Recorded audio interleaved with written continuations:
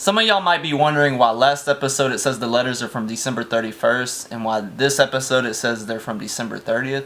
It's because I made a boo-boo. The dates on our messages are really weird since we were in different countries, and then she ended up going from Korea to going back to Texas, so it really messed up the dates on the letters. It's like this message I'm about to read off right now, it says I sent it December 31st at 7:38 in the morning. It was actually sent on December 30th, the day that Saddam got hung, which you'll see about 2 messages later after this first message. He got hung on December 30th at like 6 in the morning. And like I sent the first message December 31st and her response to me says December 29th. So I don't remember all the dates, so I kind of messed up the dates.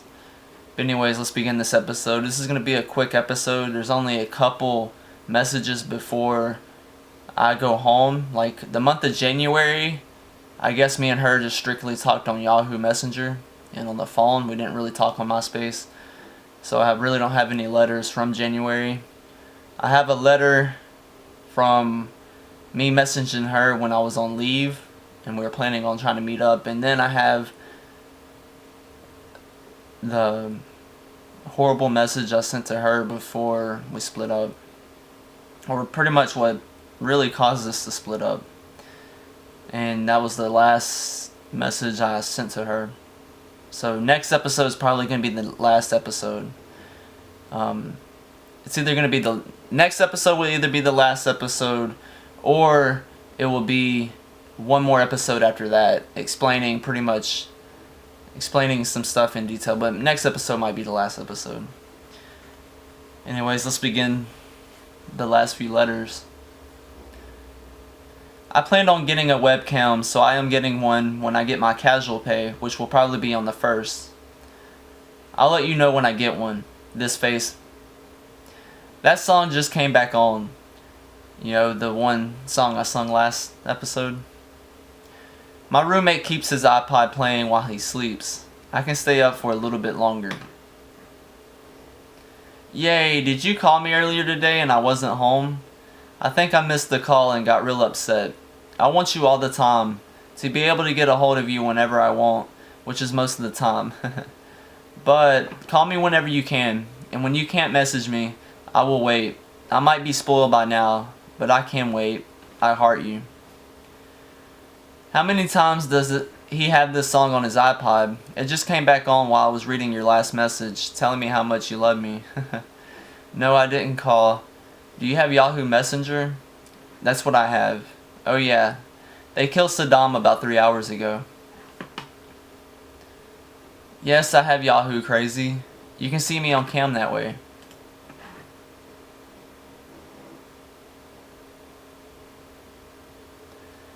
And this is a message that was sent January 18th or the 17th. One of those days. I think it might have actually been the 18th. I said, get on Yahoo. She said, I'm not at my house. They don't have Yahoo. But I miss you and I love you. Always remember that, Mr. Carter. Oh, she called me Mr. Carter.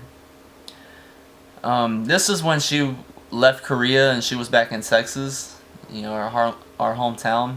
Well, not my hometown, just the town I've lived in since off and on since 5th grade. She lived here her whole life, so it's her hometown.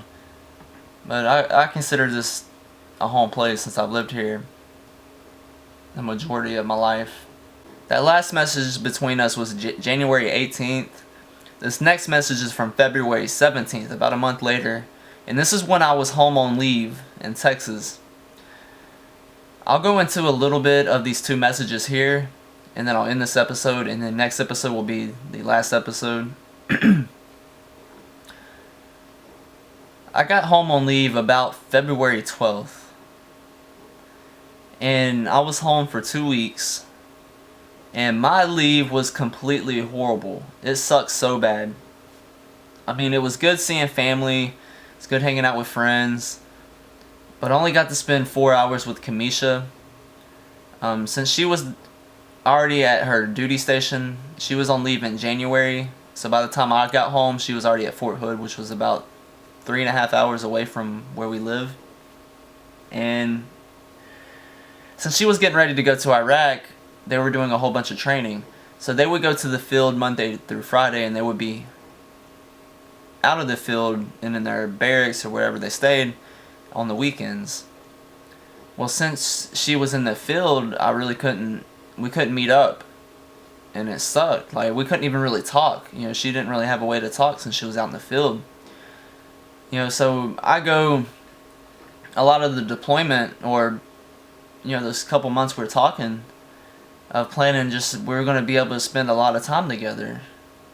You know, so you build your hopes up for all that, and then when you get home, you're already fucked up from the war. I mean, I was shaking. I mean, I was at a grocery store, and I literally had to go splash my face with water because I was freaking out. I was having anxiety attacks because I was fucked up. I wasn't used to not having to worry about anything.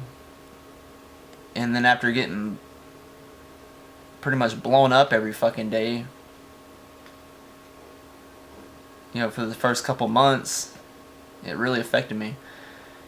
And I wasn't sleeping really good. I wasn't eating. Like, I seriously remember only eating, like, towards the end of my leave. I didn't eat much at all. I couldn't eat. My anxiety, I just could not eat. And I got sick at the end of my leave, like 2 days before I was going back to Iraq. I got pretty sick from not eating, not sleeping, I guess being dehydrated or something. Well, the second weekend I was home, it was either the first or actually, yeah, I think it was the second weekend I got to go see her. We spent 4 hours together. We spent 4 hours together in a club. I'll touch more on that next episode. But this is the letter I sent to her because I thought she was ignoring me. Because, you know, we went from talking all the time to as soon as I get home on leave, it's like she didn't want to talk to me. This is what I sent her. Well, I can see you don't want to talk. Whenever you want to talk, just let me know. I was really looking forward to seeing you, but I'll get over it. I'll find a way to come see you before I leave. I'm going to get another tat, so I hope to talk to you soon. I love you. Whoa, whoa, whoa. Don't start yelling at me. I've been at the doctor's all fucking day long, just to tell me I have some fucking disease that might make me go blind. So now is not the time for shit. I will make it home as fast as I can.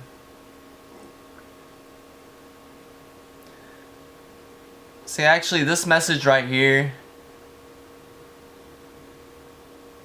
makes me think that maybe she was just lying to me, that she wasn't in the field, that she was just telling me that so she didn't have to talk to me because the person who killed her, who she ended up dating, I heard that she was seeing him. You know, after she got killed, I heard that she was seeing that person when I was home on leave, like, or not home on leave, but like right after we split up, or like a month after we split up, or something like that. She came home, visit her family, and she brought, no, she didn't bring him home then. I don't think she brought him home to meet her parents until like right before they went to Iraq. But I don't know, I just fucking heard that she was talking to somebody already. So maybe that's why she didn't want to talk to me. Maybe that's why she was ignoring me. I mean, if that's really what happened, I don't know the truth. There are answers that I will never know. So they're irrelevant questions, but they're still answers I would like to know. And I still ask the irrelevant questions. It's just because you want to know them.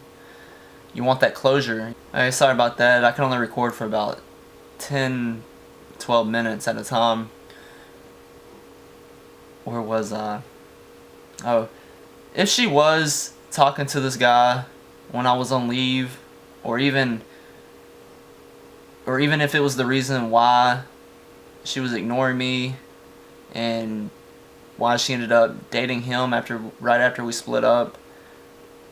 I forgave her for that. If she did cheat on me, not saying she did cheat on me, I'm just saying if she did, I forgive her for that. It sucks. It sucks having unanswered questions that are irrelevant because you'll never know the answers. But I still ask them because I need that. I guess I don't need it, but I would like, maybe I do need it. But I would like to have that full closure of, did she fully love me? Because I asked if she does. Like, reading these, I'm like, yeah, she did love me. But then I asked that question, did she really? Because if she really loved me, right after we split, why didn't she want to see me on leave? Why did we split up and then she start seeing somebody else right away? If you really love somebody, you're not going to go to somebody else right away. Or maybe it was because he was real abusive. Maybe she was scared of him, and maybe that's why she got with him. Or I really believe no matter what happened, if she was seeing this guy right after we split up or before we even split up, I believe we were meant to split up because it was meant to protect me. Because I would probably wouldn't be able to read these messages if we would have still been together. It took me 3 years to get to the point where I don't cry over her anymore. I cried a little bit right before I started the series. It's what made me start this series. So I was dealing with some stuff with somebody else about the whole Kamisha thing, and I figured I need to do this. I need to read these messages, get them off my chest, get them out there, and be done with it. Well, maybe maybe things didn't work out between us because it was to protect me. Anyways, I'll explain more about why we only got to spend 4 hours together when I was on leave, and that was in a club. And I'll also get into the message that really, it was my last words to her, and they were full of hate. And the lesson I learned from that message, I'll explain next episode. So I appreciate all the support y'all been giving me on this series. It's really been helping me. I'm not really doing this for y'all. I'm really doing it for me. So I really haven't promoted the series. And I really don't care if it gets a shitload of views. That's not why I'm doing this. I'm doing this for me. And y'all are just on the ride with me. That's why I'm not scared to be an open person about a lot of stuff. Anyways, thanks for all the support. I gotta go.